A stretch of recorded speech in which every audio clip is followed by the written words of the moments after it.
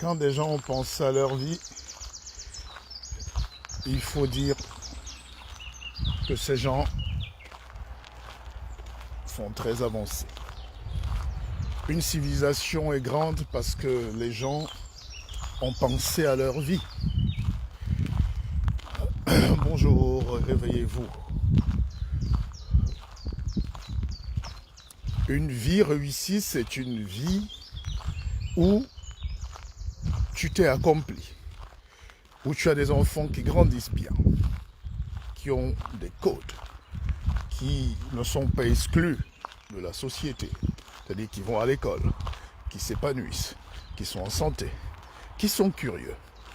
Une vie épanouie, c'est une vie où toi-même tu es en santé. Une vie épanouie, c'est une vie où toi-même tu es en santé. Une vie épanouie, c'est une vie où tu réfléchis aussi.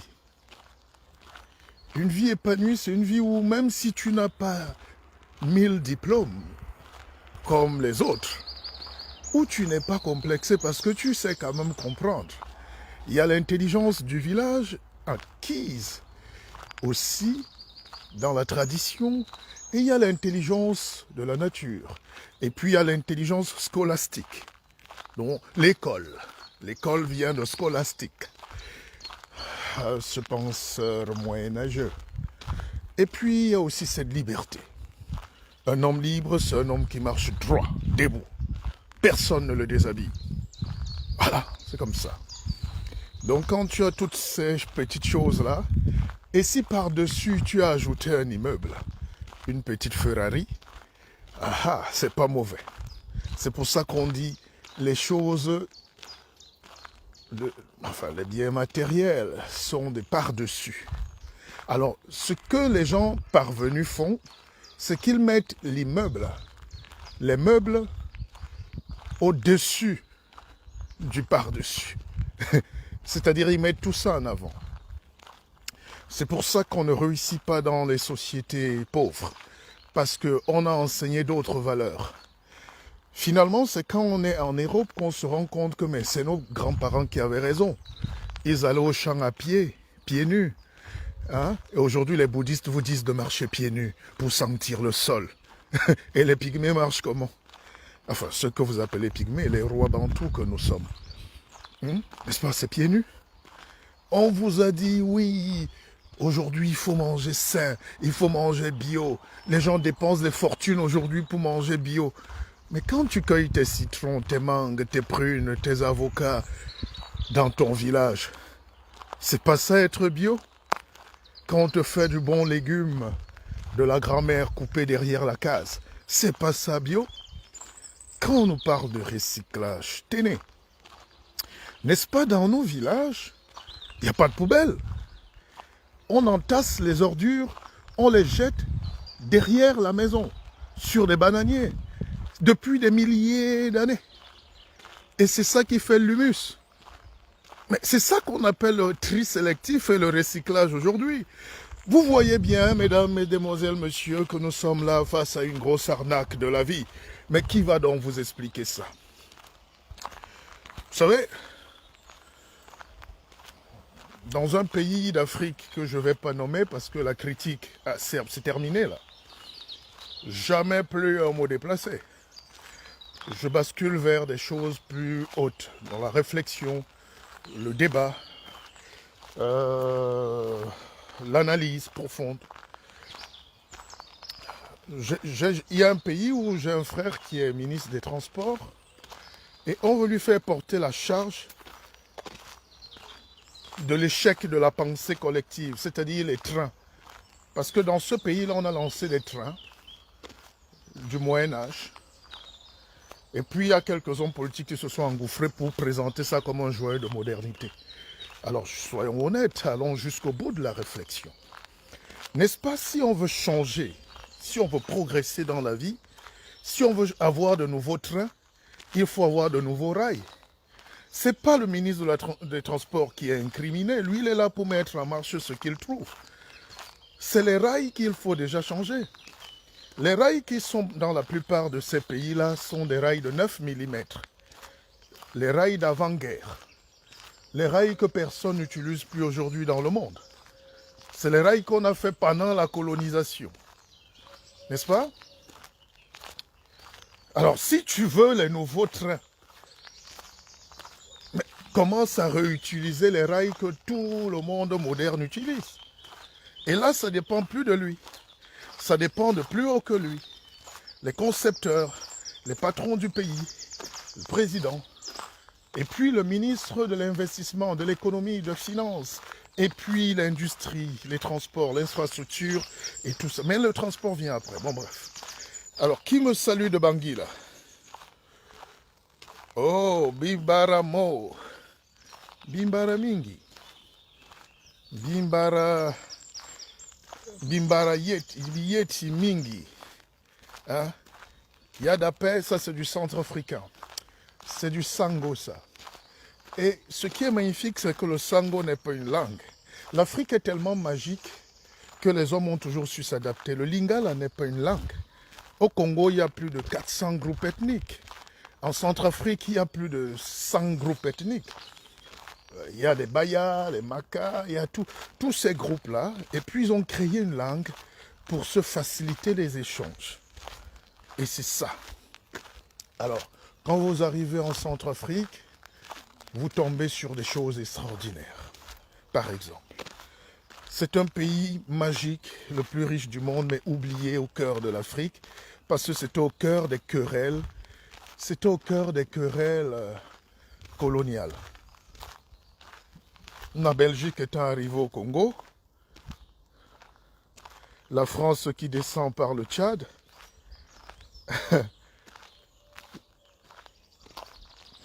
le Soudan, non, l'Ouganda, l'Angleterre, et puis le Cameroun, l'Angleterre et la France. Donc, ils se sont entendus pour ne pas toucher ce territoire qu'on appelle la Centrafrique, le laisser vide, donc le détruire. Et aujourd'hui, c'est là toute la querelle de l'Afrique. Contrôle de la Centrafrique. Et aujourd'hui, vous voyez, la Russie est en train de revenir en force dans ce pays. La Russie, c'est une pensée communiste. La Russie, c'est beaucoup de puissance. C'est Poutine qui est président jusqu'en 2035. Un bon dictateur. Mais le dictateur Poutine, il travaille. Alors, les Africains doivent donc comprendre que si on veut être dictateur, il faut que ça saute, que ça travaille. Hein? Les dictateurs doivent pousser le bouchon. La science, la liberté de penser. En Angleterre, et surtout, si vous permettez, en Russie, donc, vous voyez que Poutine est un génie. Et à la tête de nos pays, on n'a pas de génie. À la tête des pays africains, il y a des Africains. Il y a des Africains qui ont tous les problèmes, le complexe, hein, la vieille pensée. Tous les chefs d'État africains, pour la plupart, sont vieux dans la tête. Ils ne peuvent pas initier un projet et ils sont dépassés par les événements. Voilà.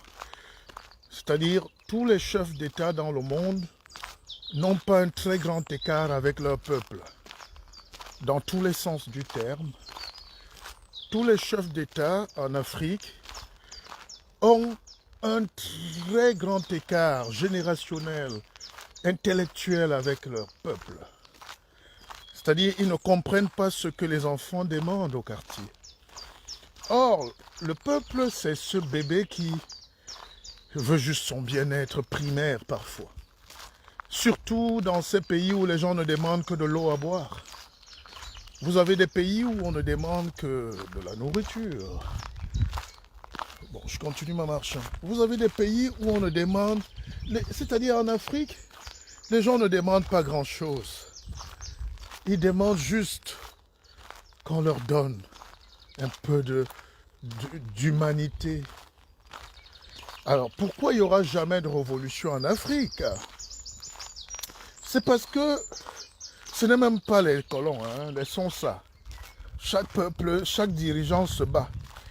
quand je vois le président Macron sauter en Afrique pour défendre les intérêts des petits Français, c'est parce qu'il y a l'uranium là qu'il veut protéger. Parce que s'il n'y a pas d'uranium, il n'y a pas de lumière en France. Donc il doit faire tout. Et c'est ça, c'est son droit. Alors, vos chefs d'État ne font rien pour le peuple, ils passent le temps à être victimes. On est chef d'État pour mourir, n'est-ce pas? On est donc chef d'État pour mourir pour le peuple. C'est pas le peuple qui doit mourir pour le chef d'État. Are you hear me? Dans un pays normal, c'est le chef d'État doit mourir pour le peuple. Et dans vos pays, le peuple meurt pour nourrir le chef d'État. Le chef de l'État et sa clique. Or, le peuple doit... le chef d'État doit mourir pour nourrir son peuple. Or, chez nous, ou chez vous, le peuple meurt, se tue à la tâche pour nourrir un seul homme et puis sa petite cour. Donc il y a inversion de programmatique. Deuxième chose, l'élite africaine. L'élite africaine survitaminée au faux diplôme, survitaminée au diplôme inutile, qui a échoué partout en Europe, en disant qu'elle a étudié en Europe ou au Canada, je ne sais pas où. Non, encore que les anglo-saxons font la vraie étude. Hein. Quand tu es formé, quand tu es formé aux États-Unis, quand tu es formé à Londres, quand tu fais une grosse école, mais c'est le contexte qui rend intelligent, ce n'est pas l'école. D'ailleurs, je vais vous faire une confidence. Il y a une étude qui a prouvé que les étudiants de Harvard n'étaient pas plus forts que les autres. Qu'est-ce qui rend fort pour entrer à Harvard? C'est le niveau de la sélection. Donc pour rendre des gens forts, c'est pas l'école, c'est la même école dans le monde. C'est vrai que les programmes sont bien articulés, mais quand tu es un vrai formateur, tu sais qu'il faut relever le niveau de la sélection, les critères. Donc c'est les critères qui te donnent accès. Ce n'est pas l'accès à l'école qui te rend grand. C'est comment tu entres, comment on entre. Et on a constaté que les enfants qui entrent à Harvard et partout sont déjà exigeants. Donc je disais que cette petite élite, c'est elle qui dérange en Afrique.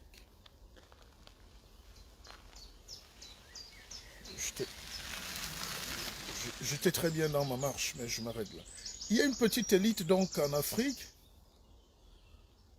qui est perverse, qui est jouissive, qui est oisive, qui est inutile, qui est pédante, qui est égoïste, qui est méchante, qui est sectaire, qui est vicieuse, qui est honteuse. Parce que derrière chaque élite, il y a des choses qui coulent. L'élite ne peut pas développer le continent parce que c'est une élite qui snob. C'est une élite c'est une élite qui n'apporte rien aux gens. Je me rappelle de tous ces gens qui ont un diplôme et qui cherchent à accéder à la fonction publique. Une fois qu'ils ont accès à la fonction publique, ou je sais pas, ou à un petit réseau, ils créent un petit réseau. Ils mangent entre eux. Ceux qui font les snacks, la pluie et le beau temps, ils ont de l'argent un peu. C'est eux qui sont des cadres dans les sociétés et les multinationales qui viennent voler le cacao, le diamant, le pétrole, le bois, la nourriture, les oignons, la tiéké, tout ce que vous voulez. C'est cette petite élite qui a remplacé le colon en réalité. Or, les colons, l'élite coloniale travaillait pour la colonie. Quand vous voyez un occidental, un expatrié en Afrique, c'est vrai qu'il jouit des plaisirs de la fille naïve de 14-15 ans, tout ce que vous voulez, 20 ans. Ils ont les privilèges, ils ont le logement et tout. Mais c'est leur pays qui leur donne ce confort. Mais ils sont des agents du progrès de leur pays. Toute l'élite africaine n'est pas au service de son pays, de son continent. L'élite française que vous voyez en Afrique a un salaire double, triple, parce qu'ils sont des agents moteurs du développement de la France. L'élite anglaise, belge, allemande, tous ces gens que vous voyez là dans les capitales africaines, ils travaillent tous les jours avec fidélité pour leur pays. Même les Russes qui sont en Centrafrique ne travaillent pas pour les Centrafricains. Ils travaillent pour Poutine. Alors, nous, la petite élite africaine, travaille aussi pour la colonie parce qu'elle veut aussi venir ici où elle envoie les enfants. C'est-à-dire, et c'est là où il y a une réflexion. C'est-à-dire, qui va développer le continent? Qui va développer le continent? Et maintenant, quand cette élite est là, elle ne s'aime pas. Elle se concurrence. Elle se regarde avec mépris. Or, les gens qui sont en bas, ce peuple qui bout d'énergie a besoin d'être soutenu. Qui les soutient? Qui va éduquer les gens? Nous, on fait notre boulot. Même les lives qu'on fait là sont de plus en plus rares, ou vont être de plus en plus rares, parce que les gens n'ont pas le temps. Or, vous savez que le principe même de l'agora, le principe de l'enseignement, le principe platonicien, le principe socratique de la pensée, c'est qu'on s'asseyait comme ça le soir et on parlait pour que tout le monde écoute. C'est le début de l'université, n'est-ce pas? Le soir, dans nos villages, nos grands-parents s'asseyaient dans la cour pour parler à la jeunesse. Donc Facebook et les réseaux, Instagram et tout ce que vous voulez sont venus remplacer le baobab du village. Et dans cette cour, donc, on distribuait l'initiation aux jeunes garçons, à la jeune fille. Les femmes, les mamans parlaient aux jeunes filles. Les hommes de l'autre côté parlaient aux garçons. Et c'était l'initiation de la société. Donc l'université existe en Afrique depuis des millions d'années. Ça a été bien concrétisé par le savoir socratique après. Mais c'est en Afrique qu'on a commencé à transmettre ces valeurs. Mais aujourd'hui, quand Facebook arrive, est-ce que nous avons la capacité de nous adapter à cet outil qui est aussi dangereux que destructeur pour les non-initiés? C'est ici que les autres font des milliards, les autres vendent, les autres s'enrichissent, les autres échangent. C'est une plateforme de communication, Et on ne communique pas quand on n'a rien à dire. On ne communique pas quand on vient dénigrer ou insulter les autres. On communique quand on vient partager et un bien matériel ou immatériel. On vient vendre, on vient exister, on vient être libre. Je causais avec un frère, Francis Peter, et lui, il est anglais dans la pensée, et il me disait tout ce dont le peuple a besoin, c'est de la justice en réalité. Liberté et justice. Mais liberté et justice. Alors, vous regardez les comportements là-bas dans ce continent magique, que Dieu préserve de tout. Vous ne voyez pas la liberté. Les gens n'aiment pas la liberté. Les gens refusent d'être libres. Les gens n'aiment pas pousser la réflexion. Les gens portent encore les seaux sur la tête pour aller puiser l'eau à 10 km. Les gens vont même dans le désert, ils traversent, ils échappent aux esclaves arabes, ils arrivent en Europe comme des clandestins, des souffreteux. Par la force de la vie, d'autres gagnent même des médailles, ils deviennent champions du monde. Et ils vont remettre aux gens qui les ont poussés à partir. Les gens qui les ont tués mentalement ou qui ont failli. Je dis tués parce que les 3/4 des jeunes Africains qui prennent la route du désert n'arrivent jamais. Sur 1000 gens qui partent tous les jours de nos pays, il y a 50 qui arrivent sur les côtes espagnoles. Imaginez 950 animaux perdus dans le désert libyen ou algérien ou marocain. C'est énorme pour un continent qui veut se développer. Et si après ça, il y a un qui réussit à faire 2 pompes et qu'il aille taper un petit faible type quelque part et qu'on lui accroche une ceinture, je pense qu'il doit dédier cette ceinture, cette victoire, à cette jeunesse qui est mourante, à cette jeunesse compagnonne qui est morte. Et c'est ça qu'on appelle le début de la révolution. Vous n'allez pas remettre ces choses-là entre les mains du gourou, du destructeur. Ça veut dire que vous travaillez finalement pour anoblir la dictature. Vous travaillez à tuer les autres qui sont là, parce qu'on les culpabilise. Si vous êtes dans ce pays et que vous manquez d'eau, de lumière, de travail, d'opportunités, c'est parce que vous n'êtes pas comme l'autre qui allait gagner sa médaille. Donc c'est de votre faute. Si vous êtes nul, vous êtes pauvre, vous êtes idiot, nous on va vous écraser. Donc fuyez aussi par le désert, quitte à être vendu comme un animal, un esclave en Mauritanie, et puis allez nous chercher aussi les médailles. Il faut réfléchir.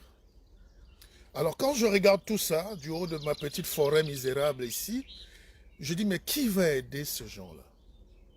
Je vais vous raconter donc la petite histoire du loup et de l'agneau. Parce qu'en Afrique aujourd'hui, on n'a pas des représentants de la jeunesse. Ils disent qu'ils sont députés, mais ils sont des putes. Ils sont inutiles. Ils sont aussi affamés que vous. Mais la différence, c'est que eux, ils vous volent.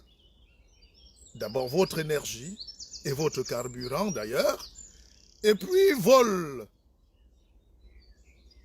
Ils sont mères. Mais les vraies mères accouchent.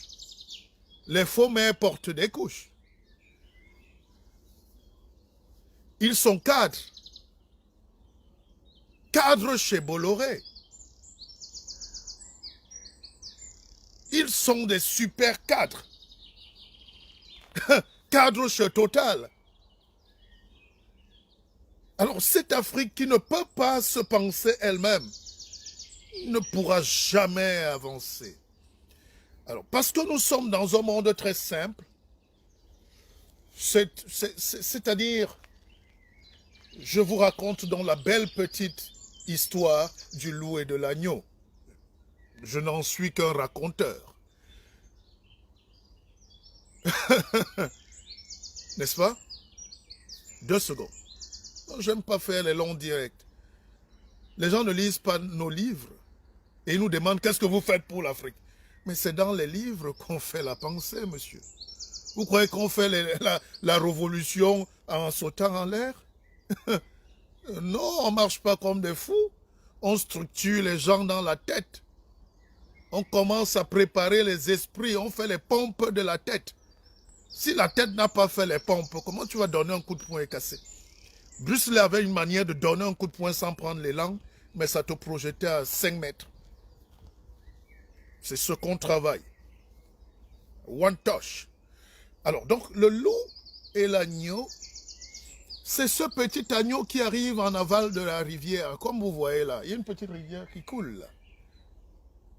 Ben, je vous montre. Comme ça, on essaye un peu de comprendre. Partagez le direct, même si ça ne vous sert à rien. Les Africains n'aiment pas qu'on parle d'eux. Alors, voici la rivière, un petit ruisseau, n'est-ce pas? Imaginez, c'est un ruisseau. Alors, l'agneau va se placer là-bas, en aval, c'est-à-dire au fond là-bas.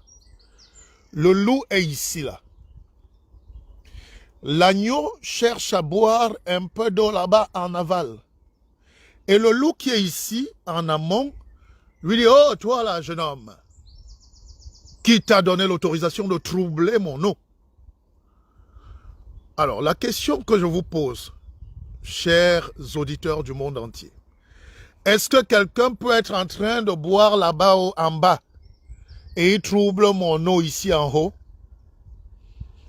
Est-ce que tu peux être en train de manger ton cacao là-bas, ton beignet, hein, ton pain, hein, et tu déranges celui qui a la farine ici? Voilà donc l'histoire du monde, à travers ces fables de La Fontaine. C'est magnifique, même s'il a pris aussi chez un autre Africain, hein, Ésope et tout, mais nous dira-t-on, mais c'est pas faux. Alors, je vous pose cette question. Le loup lui demande, mais oh, pourquoi tu trouves mon eau? Il a dit, non, je ne trouve pas ton eau, Seigneur. J'essaie juste de boire, de me désaltérer. Il dit, en plus, tu me réponds mal. Je ne vous ai pas répondu mal. Mais en plus, je parle, tu continues de me répondre. D'ailleurs, c'est vous qui médisez de moi dans le village. L'agneau dit, non, mais monsieur le loup, je n'ai jamais médit de vous. Je ne veux que boire de l'eau. Quelle force j'ai. Il dit, d'ailleurs, si ce n'est pas toi, ça doit être tes parents. Le loup dit, mais je n'ai pas, mes parents ne savent même pas si tu existes. Mes parents n'ont jamais parlé de toi. Bon, si ce n'est pas tes parents, c'est le berger. Et comme tu ne veux même pas, d'ailleurs, je te demande pas ton avis, je vais te manger. Est-ce que vous avez compris? Est-ce que vous avez compris? Alors,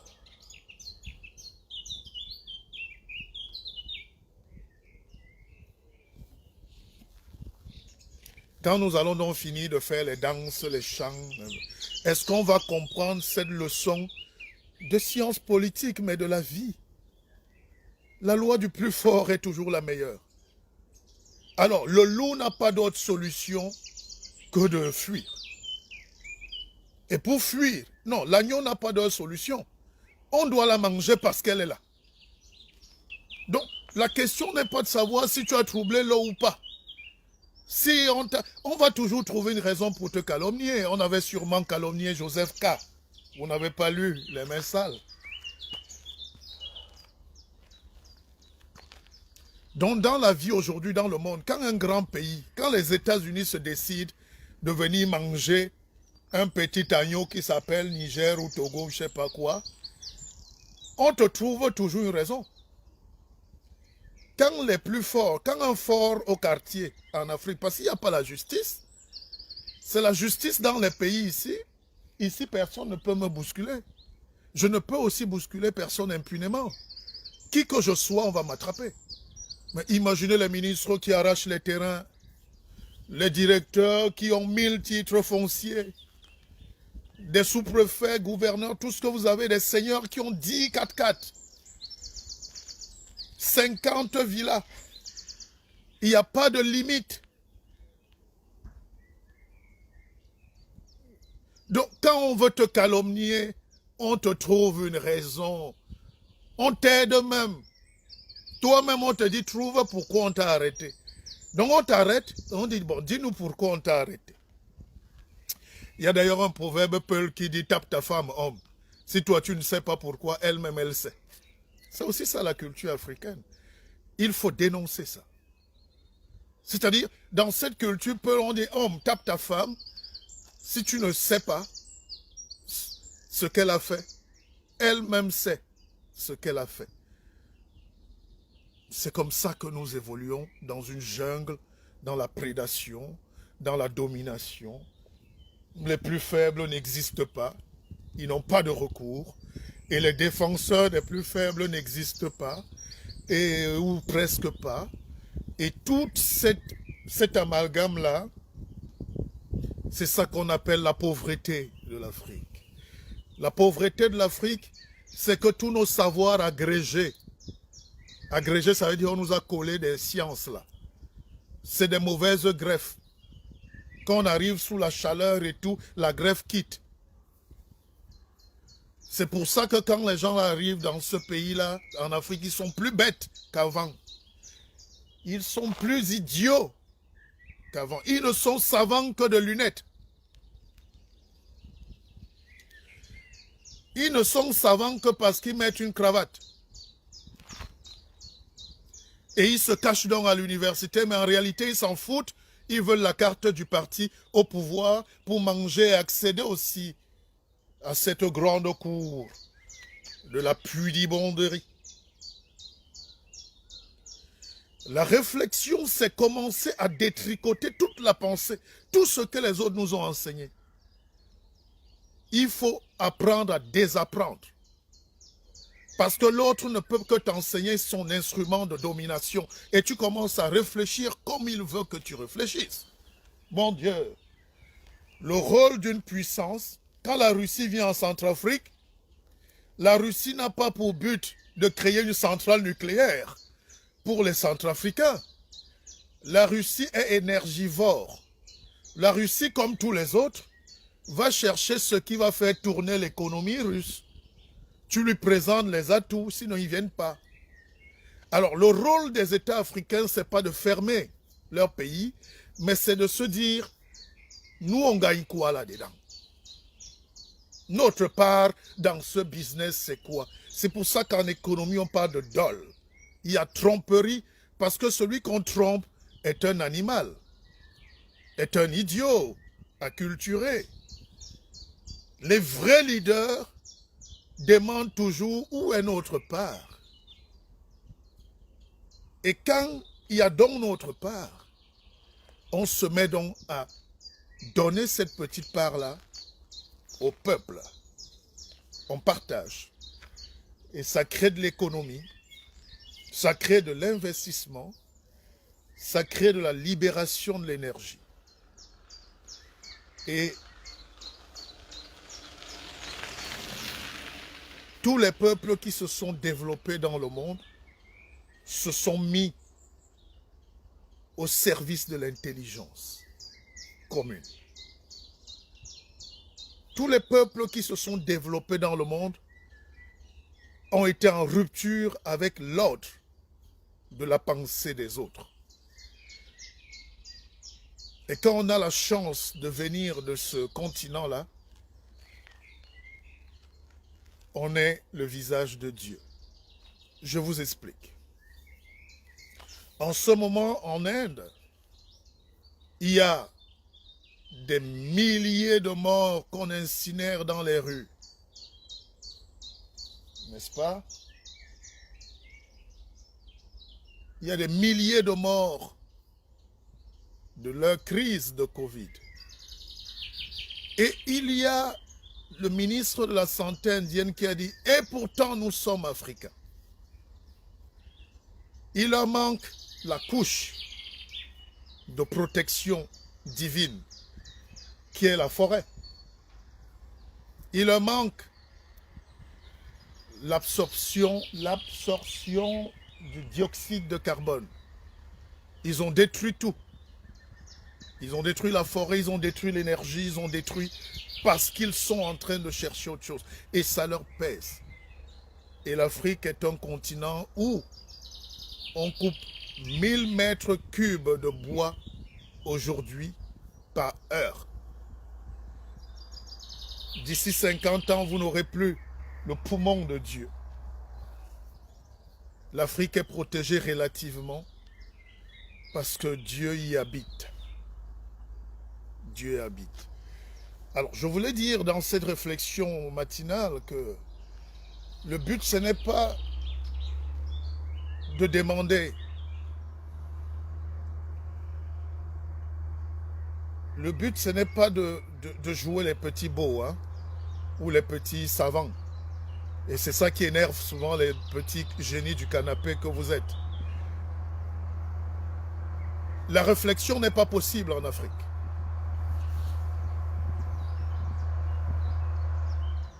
Qu'est-ce qui m'envoie un char là? C'est un tracteur.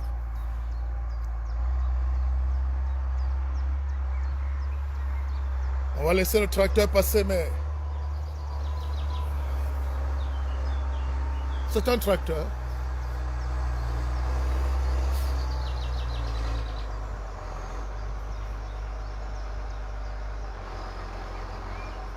Mais passe, bon sang, tracteur. Mais passe.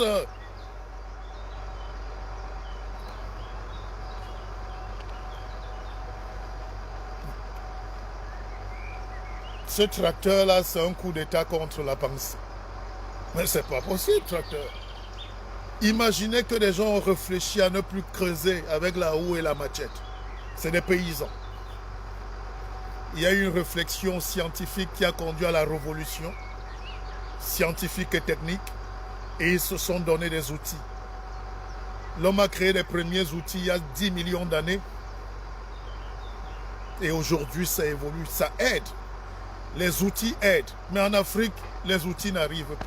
Même quand on met les tracteurs, on ne sait pas pourquoi ils sont là. Tracteur, passe.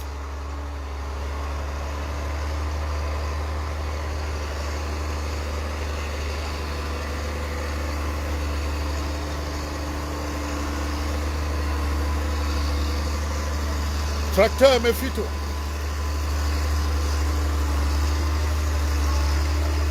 Regardez ce qu'une seule machine fait. Regardez bien.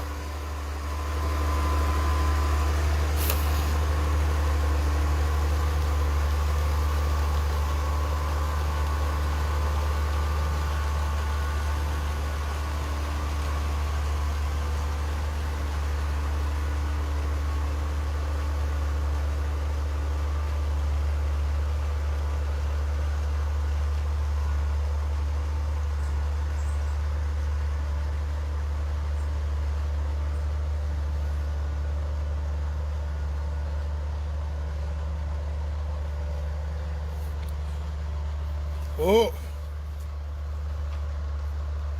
Regardez ce qu'un seul paysan fait. Il a 40 hectares, il est seul. Il a une machine. Il fait de l'ensilage. Il fait de l'arrosage. Il fait de l'ensemencement. Il fait de ceci. Il fait... Et comment vous voulez lutter sans vous armer, comme disait Cheikh Anta Diop, de science et de connaissance? C'est ça la révolution. Ce n'est pas tout, mais c'est ça. Comment un petit fermier dans son village a cet outil-là pour nourrir les pauvres Africains de pain?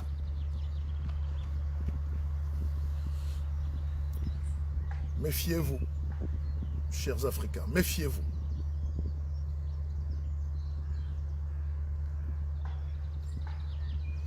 Ali Fofana me demande comme ministre en Côte d'Ivoire. Je dis à tous les Ivoiriens que j'arrive à Abidjan le 5 juin.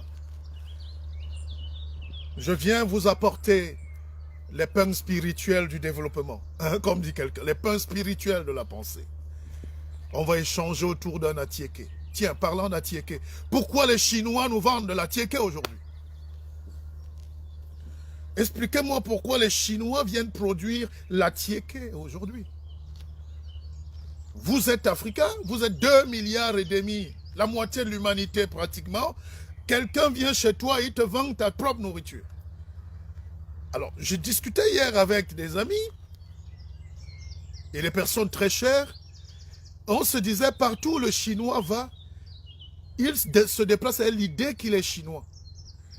Et quand on est souvent là le soir, on dit ce soir je veux manger chinois. On commande chinois. Qu'est-ce qui nous sert? Les crevettes pêchées en France. Vous pêchez au Cameroun. Ça ne vient pas de Chine. Ils mettent un peu de salade pris tout de suite là en France. Ils emballent avec quelques feuilles là, les souches. Rien ne vient de Chine dans la nourriture chinoise. Ils nous vendent la pensée chinoise. Alors, est-ce que vous avez déjà vu quelqu'un en Europe ou au Canada dire « Je veux manger africain » Qui va se mettre à structurer ça? Nous tous on est là, on veut manger chinois. Mais qui vous dit que c'est chinois? Donc on vend la culture, on vend l'idée. Et vous, vous êtes là en train de vous plaindre. Si le Chinois me fait manger la nourriture, les crevettes de Côte d'Ivoire en France, avec la salade française, et il dit que c'est la nourriture chinoise, je peux aussi aller en Chine, lui vendre la nourriture africaine avec ses propres produits chinois. Est-ce que c'est faux? Vous savez, j'ai atteint une dimension de ma vie où ce n'est que la réflexion poussée maintenant. Je vais vous amener à réfléchir vous-même, tac, tac, tac, tac. Hein?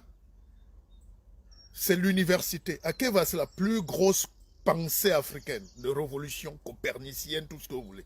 C'est-à-dire, est-ce que le Chinois qui te vend la nourriture chinoise a porté ça sur sa tête? Ou il s'a... Donc je peux rester ici, je coupe les mêmes feuilles ici, je prends le maïs qui est là, je vais le décortiquer, je vends la nourriture africaine. Mais c'est l'esprit qu'on vend. Et ceux qui vous dominent vous tapent dans l'esprit. C'est pour ça que si tu n'as pas l'esprit, tu ne vas jamais comprendre le monde. Tu seras l'agneau que le loup va dévorer.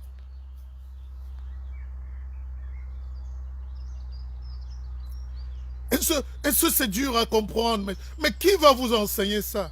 Au lieu d'apprendre à nos enfants dès le bas âge à s'armer, à lutter, à résister, on est là dans des considérations, on leur dit des choses, et quand ils grandissent, ils se rendent compte qu'ils ne sont que des agneaux, même quand ils sont chefs d'État. Un chef d'État parle en tremblant. Il dit qu'on m'a dit de changer la Constitution. On est venu m'attacher pour changer ma Constitution. Au tracteur, si tu repasses ici, je vais te lancer le son et tu tombes en panne. Hein? Nous, ne discutez pas. Je peux attraper, je peux gâter ce tracteur. Je ne peux pas le construire, mais je peux le détruire. Tracteur, si tu repasses là 2 fois, la force africaine, c'est détruire d'abord. Hein? Je te détruis.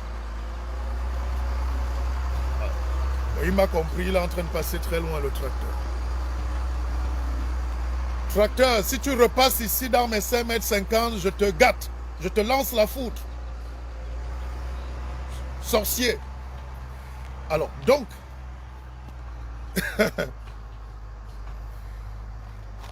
quand je regarde, j'ai un frère qui... Non, si le tracteur là s'amuse, je lui lance le son là tout de suite et je détruis ça. Bon, nous on détruit, on ne sait pas construire. Voilà. Chacun a son but. Dieu lui-même dit, qui sait détruire? Qui sait détruire son frère? Quand j'arrive à Abidjan là, qui n'est pas content? Bon, c'est peut-être un frère qui est jaloux, je ne sais pas. Hein? Mais, on dit qui peut construire? Il y a toujours un petit doigt qui vient. Moi! Les constructeurs sont peu nombreux, mais les destructeurs, oh là là. Regardez un beau live du matin comme ça, il devait avoir 1000 constructeurs autour de moi. Pour que le live atteigne 10 millions de vues, pour que tous les jeunes... Mais comme il y a les destructeurs plus nombreux, ils veulent arrêter le live avec les mains. Ils ne veulent pas que tu parles. Dieu nous a donné une seule pensée, c'est la pensée unique. Hein? Alors, je vous explique la pensée africaine qui détruit.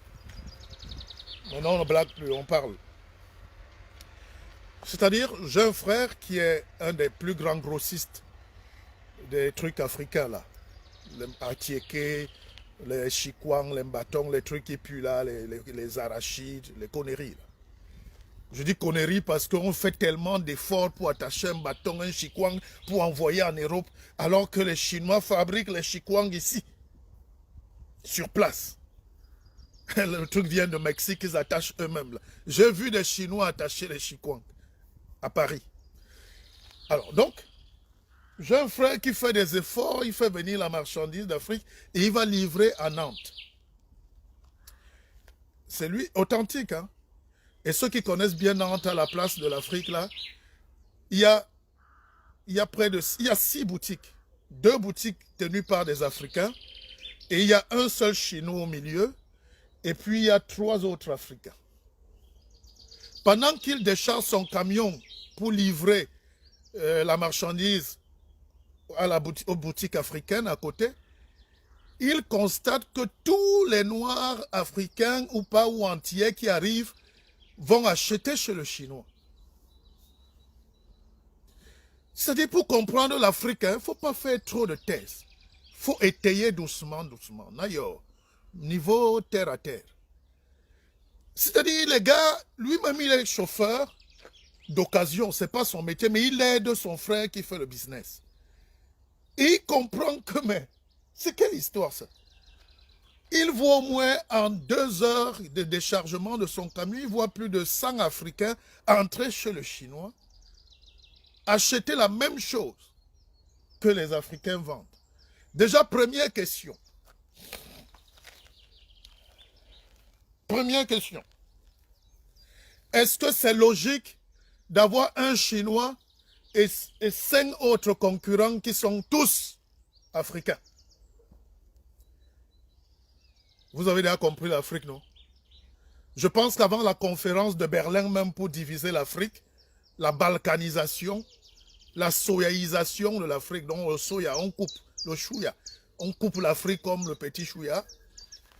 Je pense qu'avant ça, les Africains eux-mêmes, c'était des gens très aigris. Le chef supérieur de ma rivière, le chef supérieur de mon clan, tu attaches le pagne. Je suis un roi, je sais de quoi je parle. Parce que regardez comment l'Afrique est. Bénin, Togo, Mali, tout ça. Bénin, Togo, Nigeria, tac, tac, tac, tac, tac, tac, tac, tac, tac. Ça, c'est la conception occidentale.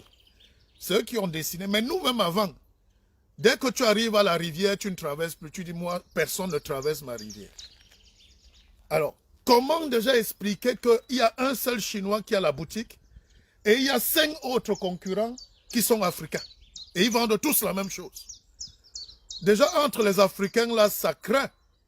Ils peuvent s'entretuer pour vendre le bâton de manioc, le chikwang. Mais si vous vendez la même chose, vous créez un fonds commun et vous créez une seule grande boutique. Vous mettez du capital et vous mettez le Chinois en minorité. Parce que vous voyez un seul Chinois au milieu de 5 Africains, en réalité, le Chinois qui est là a 1000 Chinois derrière. Et qui vient faire la recette dans les boutiques africaines? C'est encore les Occidentaux, c'est les Français que vous combattez là. C'est les petits, c'est eux qui viennent encore par solidarité. Je n'ai pas dit par amitié, j'ai dit par solidarité. C'est les Européens qui viennent encore entrer dans les boutiques des Africains pour dire, mais je ne comprends pas. Comment vos frères même évitent vos propres choses? Ça fait réfléchir. Ça fait réfléchir, les amis. Le Chinois, là, est à la tête d'une tontine d'au moins 10 000 Chinois. Donc, ils n'ont pas besoin d'être 50, là. Il est seul, mais il a le fonds de commerce. Il a la puissance de frappe. Il a le réseau. Les autres vont fermer un à un, un à un, un à un. Ils vont d'abord s'engueuler tous. Ils vont épargner le Chinois qui va racheter tout ça après. Vous n'êtes pas fort. Vous n'êtes pas solidaire. Vous avez la solidarité de la destruction. Ah oui, quand c'est pour égorger l'agneau, vous-même vous participez. Hein? Et ça me fait poser des questions. Je ne condamne pas. Continuez de vous diviser. Quand on crée, j'ai créé Akeva Bank et j'ai eu l'appel de quelqu'un hier qui m'a terriblement surpris. Il m'a dit, le Mpépé, comment je fais pour ouvrir mon compte? Même pour rien. Pendant que je lui fais les formalités, il avait déjà ouvert. Il me dit, ça, tu es trop fort, Mpépé. Tu mérites. Tu mérites. Et je t'envoie en plus de ça ma propre contribution. Pour te dire, Mpépé, Oiboignolo, ne laisse pas. Pourquoi en Afrique, ceux qui ne font rien pour vous doivent être devant la scène? Pourquoi en Afrique, les nullards doivent prendre notre soleil? Pourquoi en Afrique, les médiocres doivent s'éterniser au pouvoir? Ou doivent même penser à prendre le pouvoir? Citez-moi qui est médiocre dans le monde étant chef d'État. Vous avez des chefs d'État en Afrique qui ne savent pas lire. Je dis lire. Ni dans leur langue maternelle, vernaculaire, ni en arabe, ni en français, ni en anglais. Mais ils veulent être chefs d'État. Vous avez des chefs d'État qui n'ont même pas le BPC, ou fils de chefs d'État qui rêvent d'être président sans même avoir un BPC, parce qu'ils achètent tout sur Internet, là. Ils ne peuvent pas parler. Alors quand les crises vont éclater dans ces pays-là, est-ce qu'ils pourront parler? La parole, c'est Dieu. C'est la puissance de feu de Dieu. Alors comment quelqu'un veut diriger un peuple s'il ne sait pas lui-même parler? S'il n'a jamais donné un beignet à la femme qui meurt de faim? Si malgré les milliards entassés, ils n'ont jamais fait une toiture dans l'école primaire, même de leur propre village. Et aujourd'hui, vous voulez dire à la jeunesse africaine que ces gens-là ont même un rêve de vous remplacer? De remplacer leur papa? mais quand ceux qui disent ça, vous êtes fous. Je ne critique pas, je dis merci. Mais ce siècle-ci, ces moments-ci nous permettent de comprendre que celui qui pose la main sur ta tête va poser le genou sur ton cou. Et je salue tous les Africains qui font semblant de ne pas voir notre travail. C'est vous qui n'êtes rien. Vous êtes des minables. Aujourd'hui, les gens connaissent. Les gens voient la vérité. Les gens savent.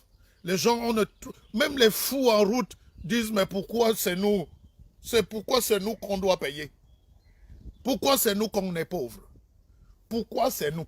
Et mon rôle en Afrique, c'est de créer le pourquoi dans chacun. Moi, dès que chacun commence à se lever, il dit, ben pourquoi? Dès que quelqu'un commence à dire ça, je dis, j'ai déjà réussi ma mission. Et je continue ma marche. Je mange ma salade. Je suis un roi mystique. Je croque les petites feuilles aussi ici. Hein? Moi, je suis heureux. Mais j'ai déjà sémé le pourquoi. Le pourquoi, c'est le doute. Quand tu doutes, tu goûtes à l'intelligence. Quand tu doutes, tu commences à dire, oh, mais Seigneur, mais en fait, pourquoi même je puise l'eau tous les jours pour ce type-là? Pourquoi moi je dois me coucher pour qu'il monte sur moi? Il m'écrase. Alors que je peux, pour moi-même, pourquoi? Pourquoi, Seigneur? Dès que vous allez vous poser la question, pourquoi? Moi, je ne veux pas 15 ou 20 000 vues. Les petites vues qui sont là, ça crée des ondes de choc.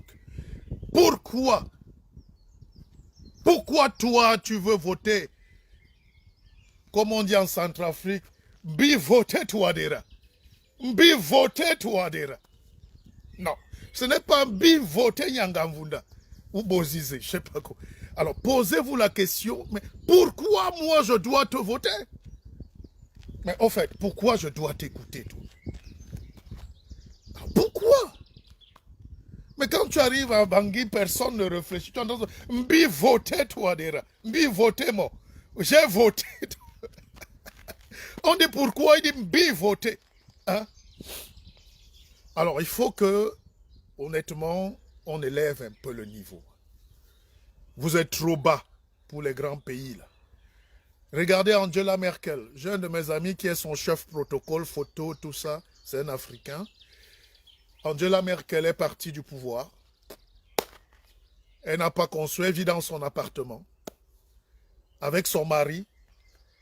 Hein? C'est elle qui prépare les choucroutes allemandes, du goulag sauce, dans la nourriture allemande bizarre. Là.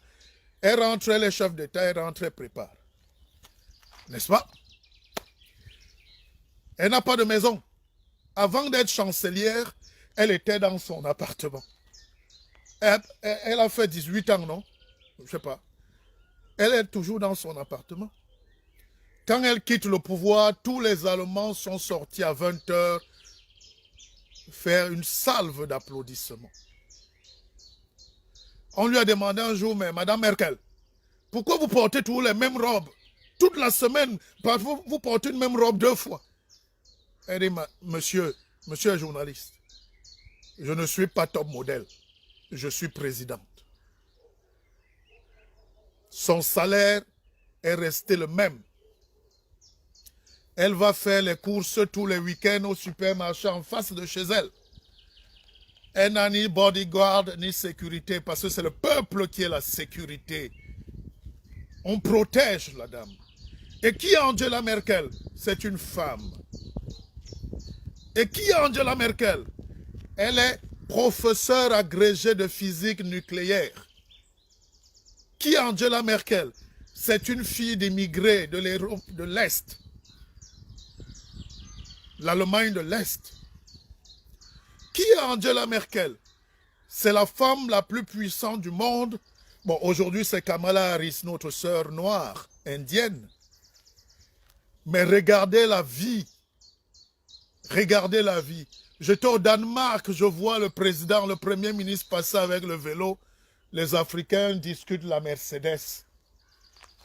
J'étais en conférence à l'université là-bas, au Danemark. Des gars ne parlaient que... Enfin, je rencontrais la communauté. Les gens parlaient de leur voiture. Je dis, mais j'ai vu même le président de ce pays avec le vélo. Tout le monde a le vélo. Vous êtes encore en arrière. Angela Merkel, donc, voilà ce qu'on appelle le développement. Quand tu as travaillé pour ton peuple, c'est le peuple qui te donne les honneurs. Nous, on mange les honneurs. Nous, on a atteint un niveau où l'argent ne nous intéresse plus trop. On mange seulement les honneurs. Donnez-moi alors les honneurs, je mange un peu. Applaudissez alors pour le Mpépé, n'est-ce pas? Quand on dit Mpépé chez nous, ce n'est pas une usurpation. On doit sentir que tu es le Mbambok, tu es le roi. Les pyramides en Égypte, oui, on vient de là. Oui, c'est bien. Et les pyramides aujourd'hui, qui va les construire? C'est ça. Moi, je ne suis pas un réactionnaire kamite. Je les respecte. Mais je veux qu'on s'adapte, qu'on avance. Parce que quand les Égyptiens, nous on dit on vient de là, ils portaient leur pharaon l'autre jour à la télé, ils font les lumières et tout, ils déterrent nos pharaons, Ramsès et tout, pour aller mettre dans les muséums. Ils n'ont appelé aucun noir là, aucun chef d'État africain. Parce qu'ils ne vous respectent pas. Mais vous passez le temps, la sueur coule. Nous sommes les Kémites. Nous sommes en conflit avec les chrétiens. Mais vous êtes en conflit comment? La religion, vous faites les conflits qui vous servent même à quoi?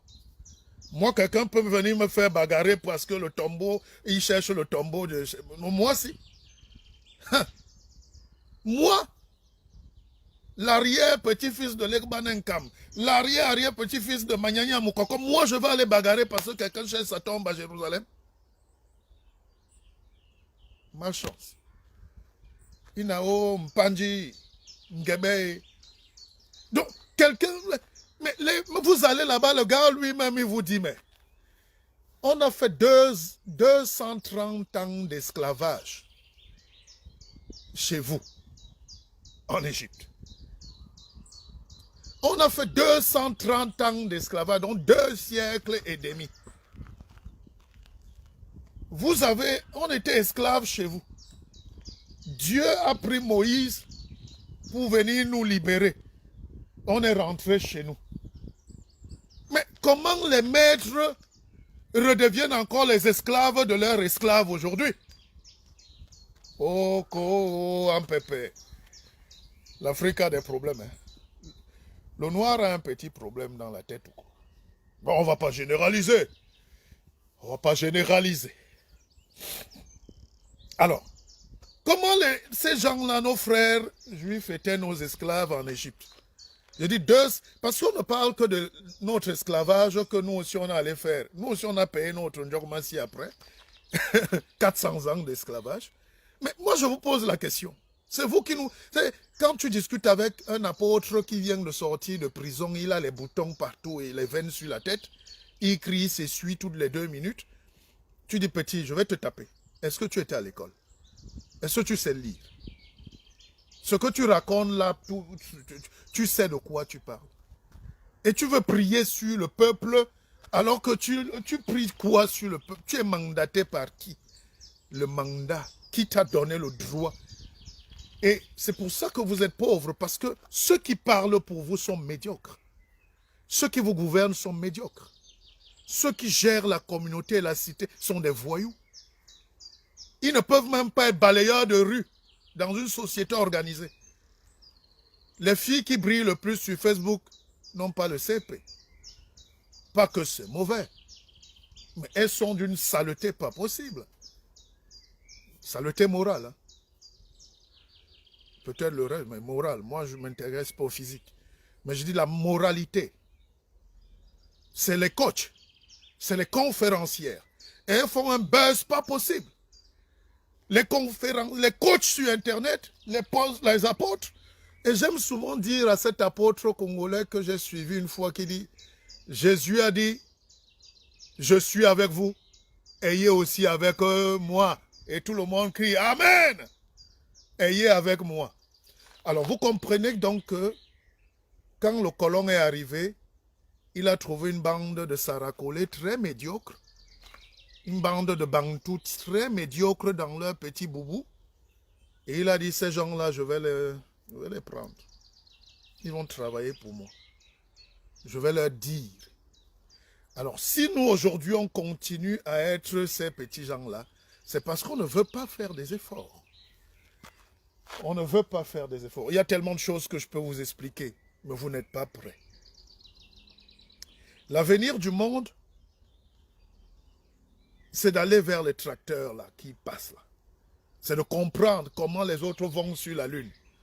Comment un petit-fils comme Thomas Pesquet va sur la Lune, sur Mars, et on a les mêmes gens qui ont son âge ici, qui nous pourrissent la vie avec les prières de bénédiction.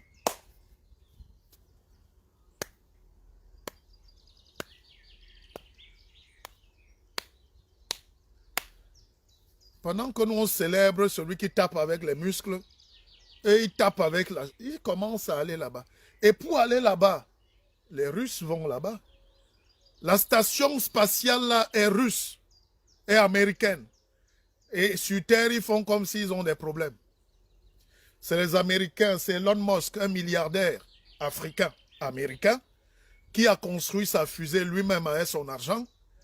Et il a pris son pays, il a mis le drapeau. Et qui conduit la mission, c'est un Français, Thomas Pesquet. Il est avec une Japonaise, avec un Japonais et 2 Américains, dont une femme. Et ils sont en train d'aller chercher ce qui va peut-être les détacher de la terre demain pour que nous tous on aille vivre là-bas. Peut-être il y a l'or là-bas. Non, on fait les guerres ici, alors que ce qu'on cherche même est là-bas. L'or est là-bas, le diamant. Mars, c'est une terre qui était comme nous il y a 4 milliards d'années. Et ils font réfléchir le cerveau. Entre-temps, nous, c'est moi, je ne t'aime pas. Moi, je ne t'aime pas. Là, tu es qui? Hein? Allez, Jésus-Christ a dit, je suis avec vous, ayez aussi avec moi. C'est tout. Voilà la pensée africaine aujourd'hui. Le Congo est riche de l'or, le diamant pousse, tout ça, le cobalt. Nous on danse le kwasa à Bruxelles. Le pasteur s'appelle. L'apôtre. Ou bien c'est quand Fali pour pas tourner les fesses. Je ne sais pas si c'est ça qui va nous donner l'université. Le peuple a le droit de se divertir, bien sûr. Mais est-ce que vous croyez qu'on va passer toute notre vie à danser? On va réfléchir quand? Nous aussi, on va aller là-bas quand? On va s'associer au monde quand? C'est pour ça que je vous annonce que nous sommes en train de lancer la télévision BKZ. BKZ, Black Kemet Zone. On va essayer de déprogrammer un peu les cerveaux là. Je pense qu'il y a un problème qui ne va pas. Moi, je pense qu'il y a un problème. Je sais qu'il y a un problème. Et en Afrique, quand tu es héros, c'est quand tu es mort. Oh, Thomas Sankara était là. Mais vous étiez... Mais donc, oh, Lumumba. Mais quand tu es vivant, tu n'es rien. Donc vous attendez aussi que je meure demain pour commencer à dire, oh, mais attends, les héros, c'est chaque siècle, chaque génération, chaque année, il y a des héros qui naissent. Chaque peuple, chaque temps a des héros qui font avancer la communauté. Si vous croisez les bras parce que Sankara était là, il reviendra plein.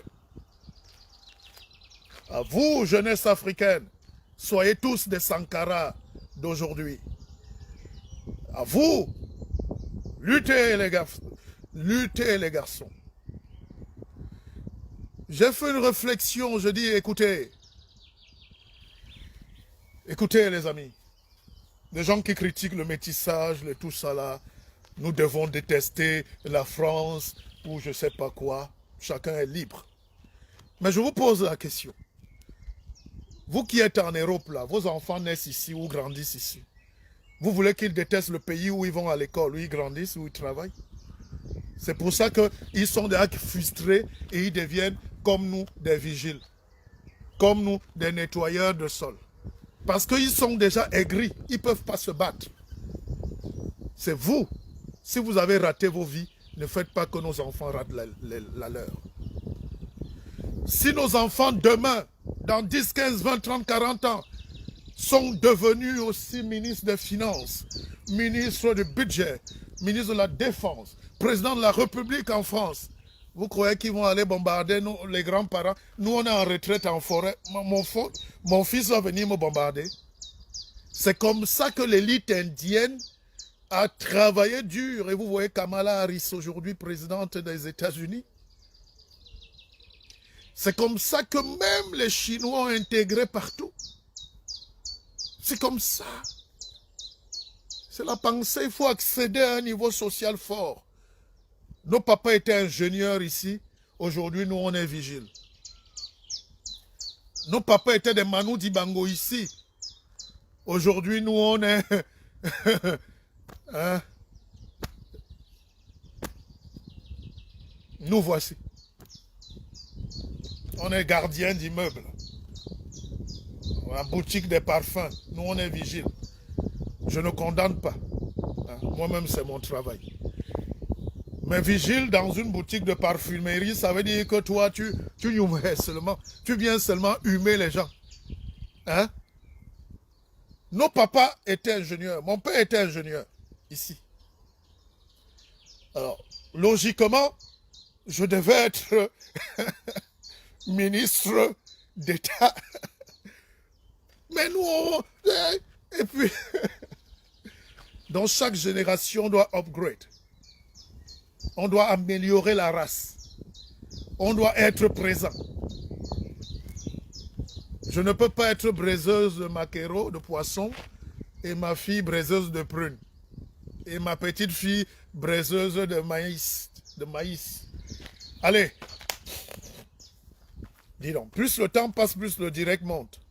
On va arrêter le direct ici. Malsens.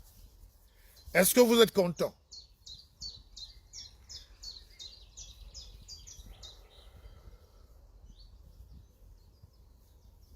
Est-ce que vous êtes content? J'étais à l'île Maurice, chez mon frère qui est le patron de la finance dans tout l'océan Indien. Et l'île Maurice, c'est magique. Les femmes sont belles. La plage. Et puis là-bas, je vous dis ça tout le temps, j'ai été reçu par le Premier ministre et j'ai vu dans sa maison, il y a seulement le gazon. Hein? Il y a les herbes, les fleurs et puis sa petite maison. Et à l'île Maurice, tout le monde s'embrasse le matin et dit content, content. Content, content. Tout le monde doit être content. Que tu veux ou pas, c'est une culture du bonheur. Comment dans un pays comme l'Afrique, en 1960, on avait les Manu Dibango.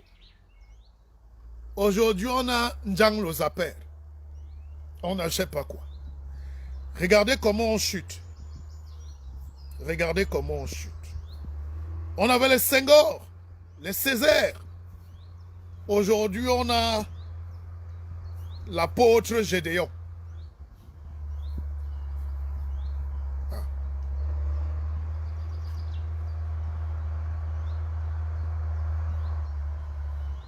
On avait le Cheikh Anta Diop. Aujourd'hui, on a le grand prophète souverain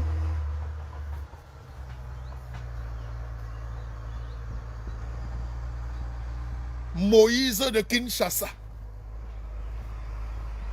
C'est-à-dire, c'est chaque jour, et même Internet qui devait être l'université où on partage. Je suis convaincu que je n'aurai pas beaucoup d'amis sur Terre. Je n'en ai pas besoin, mes fils sont déjà mes amis.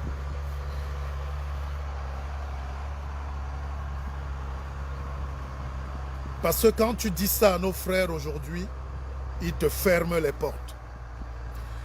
Je parlais d'Angela Merkel. Regardez le niveau. Moi, ce qui m'intéresse, ce n'est pas les diplômes, mais c'est le niveau d'intelligence. Regardez le président Macron. Ne soyez pas jaloux parce qu'il a 40 ans. Ne soyez pas jaloux. La pensée là. Un savant. Macron est un savant. Maintenant, il peut avoir des problèmes. Vous savez, nous, en France, tu piétines quelqu'un, il te porte plainte. Hein. Dans les droits, attends, c'est les droits de l'homme. Donc les Français régiment un peu, ils bougent, ça bouillonne. Mais regardez. Vous savez pourquoi Macron est devenu président? Parce qu'il était le meilleur. Et en 2021, je ne sais pas s'il sera toujours le meilleur. Ou 22. Mais au deuxième tour, ou même au premier, quand il était face à Marine Le Pen, vous voyez la femme, elle est aigrie de haine ici. Et là, le peuple français qui est mature dit à l'autre que fout le camp. Même si on est d'accord avec tes idées racistes, fous d'abord le camp. Tu peux brûler ce pays. Et en Afrique, c'est Marine Le Pen qui gagne. En Afrique, c'est les gens comme Marine Le Pen qui sont dans les palais, dans les partis politiques, qui font la vie politique. Donc c'est le haineux qui gagne. Ce n'est pas l'humaniste. Ce n'est pas même le capitaliste. Ce n'est pas celui qui crée la richesse. Ce n'est pas celui qui est fort. Alors, je vais à Abidjan, j'arrive le 5 juin, les amis. Sachez que le président Alassane Ouattara, je ne demande pas votre avis, c'est un très grand président. Quoi qu'il arrive, malgré les contextes de tous les pays africains, exogènes, endogènes, tout ce que vous voulez, c'est un homme qui bosse. Et pour te faire détester en Afrique, il suffit de travailler.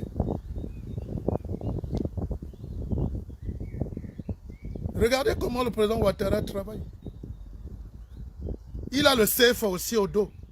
Il a le tout ça là. Il a les trucs. Mais regardez comment il travaille. Il a su s'arrimer aux autres. Il a su chercher les partenaires. Chacun doit gagner. Mais l'Africain est tellement égoïste quand il parle de panafricanisme, il croit que c'est entre nous. Si on vous laisse seul, vous tuez le peuple. Donc les gens veulent, écoutez, les gens veulent qu'on les laisse taper leurs femmes dans la maison. Non, les gens interviennent. L'Europe se développe parce qu'on intervient. Quand la fusée vole là, il y a le moteur américain. Quand l'avion vole là, les ailes viennent de l'Espagne. Le Portugal met les hélices. L'Allemagne fait le moteur. À Toulouse, ici, on fait le truc. C'est ça qu'on appelle le projet. L'Union africaine dort. Air Afrique meurt.